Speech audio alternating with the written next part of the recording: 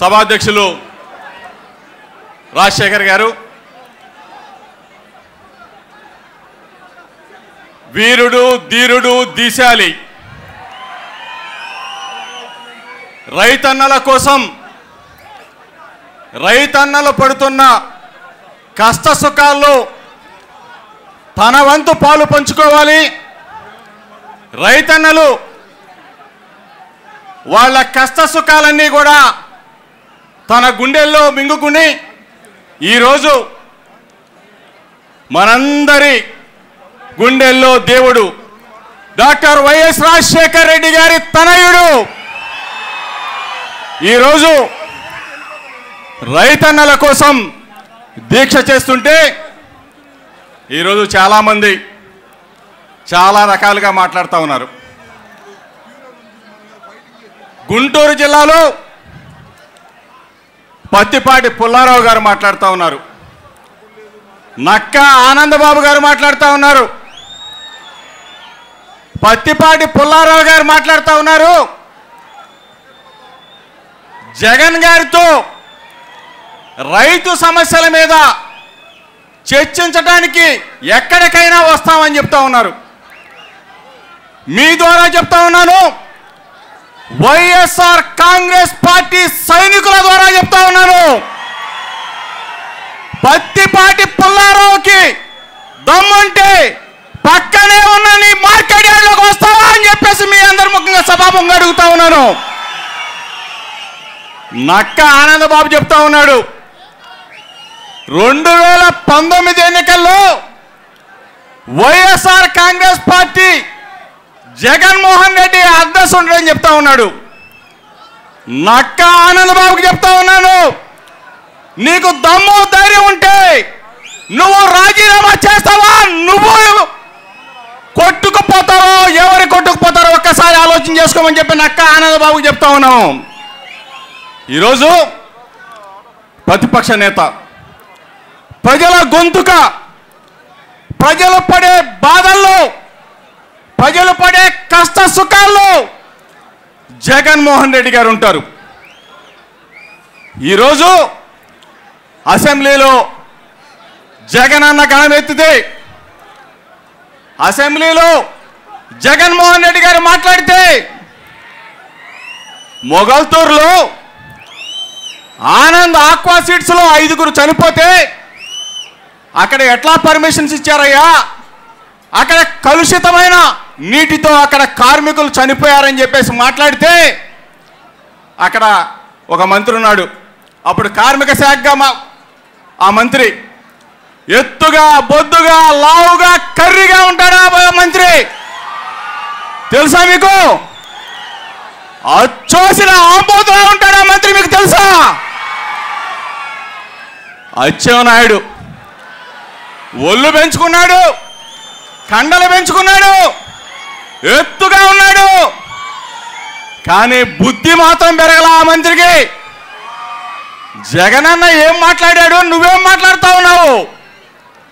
ఈరోజు అసెంబ్లీలో జగన్మోహన్ రెడ్డి గారిని తిడితే చంద్రబాబు నాయుడిని మీకు ఓట్లేస్తాడు. అసెంబ్లీలో తిట్టి తిట్టి విజయవాడలో ఒక శాసనసభ్యుడు ఉన్నాడు, మొన్న ఈ మధ్య కలిశాడు, తమ్ముడు మంత్రి పదవి రాలేదని చెప్పేసి బాధపడుతున్నావా అన్నా, రోజు తిట్టేవాడిని జగన్మోహన్ రెడ్డి గారిని, తిట్టినప్పుడల్లా సరిసేవాడు. చంద్రబాబు నాయుడు గారు ఒక్క సరుపు జరిపి బాగా మాట్లాడావు బేష్, బాగా మాట్లాడావు బేష్ అనేవాడు. అన్నా మంత్రి పదవి ఇస్తాననుకున్నాను అన్నా, కాపులను అడ్డం పెట్టుకొని మా కాపుల గొంతు కోసేశాడన్నా చంద్రబాబు నాయుడు అన్నాడు. ఇంకొక మంత్రి గారు ఉన్నారు, ఇంకొక బలహీన వర్గాలకు చెందిన శాసనసభ్యులు ఉన్నారు. శ్రీకాకుళం జిల్లాలో గౌతు శ్యామసుందర శివాజీ గారు ఉన్నారు, 5 సార్లు గెలిచాడు. మా జిల్లాలో ఉన్న కాగిత వెంకట్రావు గారు ఉన్నారు, 4 సార్లు గెలిచాడు. అన్నా చెప్పాలి, ఒక్క నిమిషం ఉండాలి, చెప్పాలి తప్పదు, ఎందుకంటే బీసీల సమస్య ఇది. మా జిల్లాలో ఉన్న కాగిత వెంకటరావు గారు 4 సార్లు గెలిచారు. వాళ్ళిద్దరూ పాపం బీసీల్లో చాలా సీనియర్లు.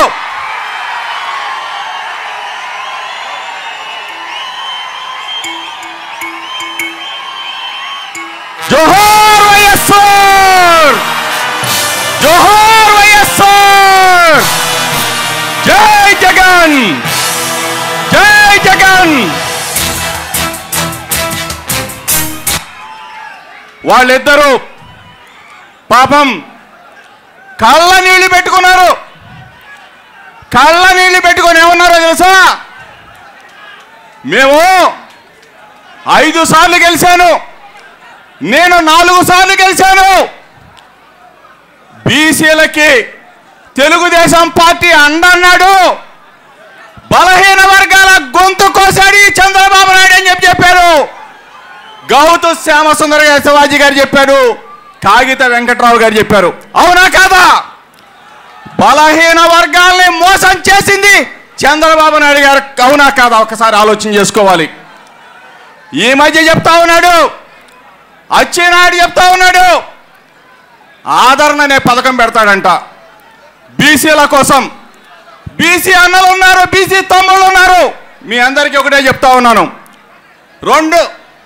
1999 సంవత్సరంలో చెప్పాడు, 2004 సంవత్సరం చెప్పాడు, ఆదరణ అన్నాడు, ముందడుగున్నా అన్నాడు చంద్రబాబు నాయుడు గారు. బీసీలకు ఏం చేశాడో తెలుసా? కళ్ళు తీసుకునే వాళ్ళకి మోకులు ఇచ్చాడు, యాదవులకి గొర్రెలు ఇచ్చాడు, మంగళ వాళ్ళకి గడ్డం గీసుకునేది ఇచ్చాడు. ఈ విధంగా నేతన్నలకి తిప్పటానికి కుండలు చేసుకోవడానికి ఇచ్చాడు. ఈ విధంగా చంద్రబాబు నాయుడు మోసం చేస్తే రాజశేఖర్ రెడ్డి గారు మన దేవుడు ఏం చేశాడు తెలుసా?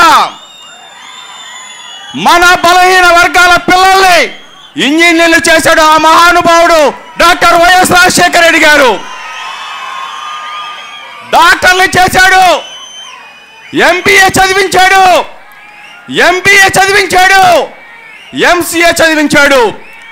నువ్వేమో మమ్మల్ని కళ్ళు గీసుకోమన్నావు, గొర్రెలు కాసుకోమన్నావు, గడ్డం చేసుకోమన్నావు. మా పిల్లల్ని మా దేవుడు రాజశేఖర్ రెడ్డి గారు గొప్ప వాళ్ళని చేశాడు. ఈరోజు సమాజంలో బలహీన వర్గాలు తల ఎత్తుకొని తిరిగే విధంగా చేసింది ఆ మహానుభావుడు డాక్టర్ వైఎస్ రాజశేఖర రెడ్డి గారు. ఇవన్నీ ఆలోచన చేసుకోవాలి. ఈరోజు చెప్తా ఉన్నారు, చాలా మంది చాలా కామెంట్ చేస్తా ఉన్నారు. విజయవాడలో ఉన్నాడు ఒక ఎమ్మెల్యే, దున్నపోతులా ఉంటాడు, మన నుంచి పారిపోయాడు డబ్బుల కోసం. ఆ ఎమ్మెల్యే చెప్పాడు, ఏం చెప్పాడో తెలుసా? బీకామ్లో ఏముంటుంది అన్నాడు, ఫిజిక్స్ ఉంటుంది అన్నాడు. ఇంకొక ఎమ్మెల్యే పారిపోయాడు కర్నూలులో, బీకామ్లో ఏముంటుంది అన్నాడు, సిఈసి ఉంటుంది అన్నాడు. వీళ్ళ అధినాయకుడు చెప్పాడు, లోకేష్ బాబు ఏం చెప్పాడు, బిఆర్ అంబేద్కర్ వర్ధంతో తెలీదు, జయంతో తెలీదు. ఈ మాట విజయవాడలో మాట్లాడారని చెప్పేసి నా మీద దాడి చేశారు. నేను ఒకటే చెప్తా ఉన్నాను, గూగుల్లో కొట్టండి, గూగుల్లో సెర్చ్ చేయండి, ఆంధ్ర పప్పు అంటే లోకేష్ బాబు అని చెప్పి వస్తుంది. ఆంధ్ర పప్పు, ఆంధ్ర పులి అంటే జగన్మోహన్ రెడ్డి గారు అని వస్తుంది. ఎవరు చెప్పారయ్యా గూగుల్ వాళ్ళకి? గూగుల్ వాళ్ళకి మేము చెప్పామా, జగన్మోహన్ రెడ్డి గారు చెప్పారా, మీరు చెప్పారా?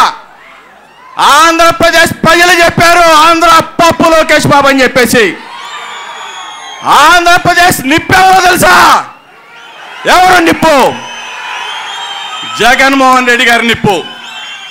మీ అందరికీ ఒకటే చెప్తా ఉన్నాను, రాజశేఖర్ రెడ్డి గారిని ప్రేమించే మీ అందరికీ, జగన్ అన్న సైన్యానికి ఎన్నికలు ఎప్పుడు జరిగినా ఈ చంద్రబాబుని లోకేష్ని చెమడాలొలిసి కొట్టి పంపించాలని చెప్పేసి మీ అందరికీ కూడా మనవి చేస్తూ, జోహార్ వైఎస్ఆర్, జోహార్ వైఎస్ఆర్, జై జగన్, జై జగన్.